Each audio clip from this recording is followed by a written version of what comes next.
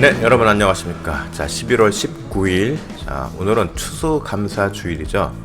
그래서 오늘은 감사함에 대한 묵상이라는 제목으로 여러분들과 함께 하겠습니다. 자, 오늘 본문은 데살로니가전서 5장 18절 그리고 로마서 14장 6절 말씀입니다. 먼저 데살로니가전서 5장 18절 범사에 감사하라. 이것이 그리스도 예수 안에서 너희를 향하신 하나님의 뜻이니라. 자, 로마서 14장 6절 나를 중히 여기는 자도 주를 위하여 중히 여기고 먹는 자도 주를 위하여 먹으니 이는 하나님께 감사하며 먹지 않는 자도 주를 위하여 먹지 아니하며 하나님께 감사하느니라. 자, 올해도 변함없이 또 어김없이 감사절이 돌아왔습니다. 자, 매달 보면은 거의 매달 각각의 절기들이 있어서 그에 따른 말씀을 준비하라고 하면은 정말 매번 절기 말씀으로 갈 수밖에 없게 됩니다. 그래서 몇 년 전부터 저는 이 절기와 상관없이 그냥 말씀 시리즈를 이어오고 있었습니다. 그런데 오늘은 또 하나님께서 특별히 이 감사에 대한 묵상을 새롭게 하게 하셨습니다. 그래서 오늘은 감사에 대한 생각을, 이 감사에 대한 정리를 다시 한번 새롭게 해서 여러분들과 함께 나누고자 합니다. 자, 우리가 누군가에게 신세를 졌거나 큰 도움을 받았을 때 감사하다는 인사를 합니다. 그리고 그 받은 도움의 크기가 아주 컸을 때, 그럴 때는 또 은혜를 입었다라는 표현을 쓰기도 합니다. 그래서 기독교에서 이 감사에 대한 개념이 바로 잡히지 않으면은 자칫 무엇인가 거저 얻은 것에 대한 고마움의 표시 정도로 치부될 수 있습니다. 그런데 결코 그게 아니란 얘기인 거죠.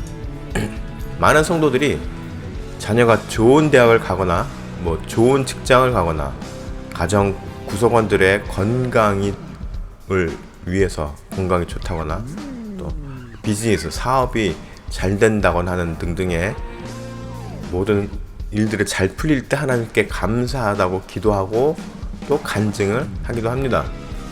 그런데 그럼 우리 가정에 유독 그러한 나의 소망들이 잘 이루어지지 않았을 때는 감사함이 없게 되는 것일까요? 그럼 그런 가정들은 지금도 여전히 힘들게 살고 어려움에 처해 있는 그런 가정들은 하나님을 향한 감사함이 없는 걸까요? 없어야 되나요? 이에 대해서 우리는 지난주에 말씀을 전했던 열왕기하 시리즈 10번째 믿음, 영적인 이해력의 순종의 질이 달라진다 의 말씀을 다시 한번 기억할 필요가 있습니다. 우리가 하나님의 뜻과 섭리를 말씀을 통해 어느 만큼 이해하느냐에 따라서 우리의 감사에 대한 그 구체적인 내용과 그 방향성과 또 깊이가 달라지기 때문입니다. 자, 오늘 본문 말씀 데살로니가전서 5장 18절 앞부분의 상반절에 범사에 감사하라 라고 되어 있습니다. 본문에서 범사에 감사하라 라고 먼저 명령형으로 선포되어 있습니다. 자, 여기서 범사란 언제나, 늘, 항상 이런 의미를 갖고 있습니다. 자, 그런데 이 헬라 원어의 그 원형 단어에서는 엔바스라고 해서 역시 모든의 정도로 사전적 정의가 되어 있습니다. 그런데 이 엔바스를 신학적 배경으로 해석을 하게 되면은 여러 가지 상황적 배경을 포함할 수 있습니다. 즉, 내가 어떠한 상황에 있든지 또 그 상황이 얼마만큼 지속되고 있는지의 여부와 상관없이 우리는 감사해야 한다는 의미입니다.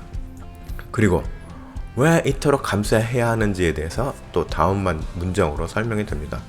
자, 데살로니가전서 5장 18절 이제 중반절 이후부터 하반절까지 보면은 이것이 그리스도 예수 안에서 너희를 향하신 하나님의 뜻이니라. 우리는 하나님께서 나에게 베푸시는 모든 삶의 여정들이 예수 그리스도를 통해서 나에게 맡겨진 섭리의 과정으로 그 뜻을 순종해 나감을 통해서, 우리 그 순종을 통해서 하나님 감사의 이유와 깊이를 알게 됩니다. 그러니까는 이미 안 다음에 뭐 순종을 하는 것이 아니라 잘 몰라요. 우리 나아갈 바를 잘 몰라. 지금 이게 좋은 상황인지 나쁜 상황인지 몰라. 그러나 명령하니까 갑니다. 그러면 그런 가는 과정에서 우리는 깨닫게 되고 가면서 하나씩 그 과정들을 넘어감을 통해서 성장해 간다는 얘기입니다. 그래서 그러고 난 다음에 여정을 돌아보니 그때 비로소 내가 감사해야 될 이유와 그 감사함에 나오는 그 깊이, 진정성의 깊이가 달라진다는 얘기인 것이죠. 그래서 빌립보서 4장 6절에 아무것도 염려하지 말고 다만 모든 일에 기도와 간구로 너의 구할 것을 어떻게 해요? 잘하는 말씀이니까 감사함으로 하나님께 아뢰라 라고 말씀하고 계시는 것입니다. 우리는 우리의 모든 상황과 배경을 하나님께 구하며 하나님의 손길을 기대하고 소망해야 합니다. 그런데 설령 그 하나님의 손길의 방향이 내가 기대하고 내가 소망하였던 것과는 다른 방향으로 올지라도 왜 이러지? 실망하거나 의심하거나 걱정하거나 이러지 말고 그저 믿음으로 그래도 뭔가 하나님의 뜻이 있을 거야 라는 신뢰를 갖고 믿고 하나님의 손을 잡고 감사함으로 가야 한다는 말입니다. 쉽진 않죠. 막상 닥치고 나면은 불안함이 더 큰 거 맞습니다. 그리고 하나님보다는 당장 내 주변의 현실적인 상황들을 더 찾아보게 되는 것이 사람입니다. 저도 늘 말씀드리지만 제가 이 자리에 있기까지 왜 어째서 이런 질문들, 이런 항의 많이 했습니다. 왜 유독 나에게, 왜 유독 저에게 이런 따지는 거 많이 했습니다. 그냥 나름 열심히 살았으니 먹고 사는 정도도 그냥 그만큼 정도만 해줘도 아무런 불만 없이 감사하면서 살아갔을 텐데 유독 왜 저에게 이런 시련과 이런 길로 가게끔 저를 이렇게 하셨습니까? 아니 왜 제가 꼭 다 제쳐주고 왜 꼭 제가 이 신학을 공부하고 이렇게 해야 되는 겁니까? 라고 따졌습니다만 지나가 보니 지금 이렇게 보니 이 길이 하나님이 보시기에도 최선이었다. 나를 위해서 최선이었다. 그리고 또 앞으로를 위해서도 최선의 길이다 라는 것을 저도 이제는 어느 정도 깨닫게 되고 감사할 수 있게 되는 것입니다. 그때 당시에는 모릅니다. 물론 내가 그때 당시에 말씀의 깊이가 있고 믿음의 깊이가 더 있었으면은 그렇군요 그러면서 좀 더 능동적인 자세로 순종했을지도 모릅니다. 그런데 그때는 깊이가 얕았고 말씀에 대한 이해도도 깊지 않았기 때문에 지금도 그렇게 깊지는 않지만 어쨌건 막 따지고, 그런데 중요한 거는 그럼에도 하나님을 향해 따지고 묻고 끊임없이 질문하고, 이거 굉장히 중요해요. 하나님이 저를, 제가 무척이나 어긋난 행동을 많이 했습니다만 저를 그래도 지금까지 인내하시고 버리지 않으신 이유 중에 하나는, 그럼에도 내가 하나님을 붙잡고 따질 때도 하나님께 따지고 이해 못할 때도 묻고 원망과 불평도 하나님을 향해 하고 어쨌건 간에 하나님을 상대를 했기 때문에 하나님께서 받아두시고 그래도 너는 나를 향해 있구나. 그 점이 하나님께서 그래도 정말 심하게 부족한 저를 버리지 않으신 이유가 아닌가라는 생각을 하게 되는 것입니다. 마찬가지입니다. 여러분들도 당장 나에게 주어진 상황이 어떨 땐 이해가 되지 않는 상황일 수도 있습니다. 그럼에도 뭔가 하나님의 뜻이 있겠지 하면서 더더욱 말씀에 집중하면서, 여러분들이 개인적으로 말씀이 있는 것도 중요합니다. 여러분들이 개인적으로 말씀이 있는 과정에서 하나님께서 여러분들 향한 서사가 펼쳐집니다. 네, 굉장히 중요합니다. 그거. 네. 이거는 제가 이제 공적으로 많은 목사님들이 예배 때 공적으로 선포하는 말씀은 뭐랄까 좀 더 넓은 큰 숲을 설명하는 거라면, 여러분들이 개인적으로 있는 말씀은 그야말로 숲 안에 들어가서 좀 더 디테일하게 여러분들 삶에 대해서 하나님과 나눌 수 있는 그런 시간인 것입니다. 굉장히 중요합니다. 그럴 때 비로소 하나님과 동행하고 하나님과 교감할 수 있는 그런 발판이 생기는 것입니다. 그래서 당장은 느끼지 못하더라도 그런 깊이가 생기게 되면서 감사할 수 있게 되고 감사의 내용이 달라지게 되는 것입니다. 좀 이따 드릴 말씀이 먼저 나왔네요. 자, 로마서 14장 6절에 나를 중인 여기는 자도 주를 위하여 중히 여기고 또 먹는 자도 주를 위하여 먹으니. 자, 로마서 14장 이 말씀을 보면은 이제 우리가 왜 그토록 어떠한 상황 속에서도 감사해야 하는지 그 이유를 설명하고 있습니다. 근데 사실 이 로마서 14장의 배경을 보면은 사도 바울이 음식을 먹는 문제에 대해서 교회에서 성도 사이에 여러 가지 교리적인 문제에 대해서 굉장히 불필요한 논쟁에 빠질 위험에 처해 있었습니다. 그래서 너희들 그런 논쟁하지 말아라. 뭐 이걸 먹으네 마네, 이걸 먹으면 안 되네, 이걸 먹어도 되네, 뭐 이런 거 가지고 싸우지 마라. 그래서 사도 바울이 정리를 하는 과정에서 이 말씀이 나온 건데, 유독 이 6절 말씀에서 감사라는 단어가 강조되고 있다는 점에 우리는 주목해야 합니다. 하나님께서 예수 그리스도를 통해서 나를 부르시고 하나님의 사역에 동참케 하신 것 자체가 영광이자 감사함이기 때문입니다. 자, 뭐 이제 연말인데, 연말 되면 이제 연예인들이 무슨 각종 방송에서 시상식을 하면은 이 자리에 서게 된 것이 정말 영광이고 막 이러죠. 네. 그런데 진짜 영광은 내가 하나님의 사역에 부르심을 받았다는 것입니다. 그것만큼 더 큰 영광이 어디 있습니까? 내가 하나님의 섭리의 과정의 한 축으로서, 한 부분으로서 동참하게 되었다. 이게 얼마나 큰 영광입니까? 그런데 그 영광을 영광으로 받아들이지 못하는 것입니다. 그게 문제라는 거죠. 네. 말로는 하나님은 나의 주, 나의 기쁨이고 막. 네. 그런데 막상 굳은 일에 내가 끼어들게 되면 왜 어째서요? 막 이렇게 과거의 저처럼. 네. 그런데 그 자체가 영광이고 감사한 일입니다.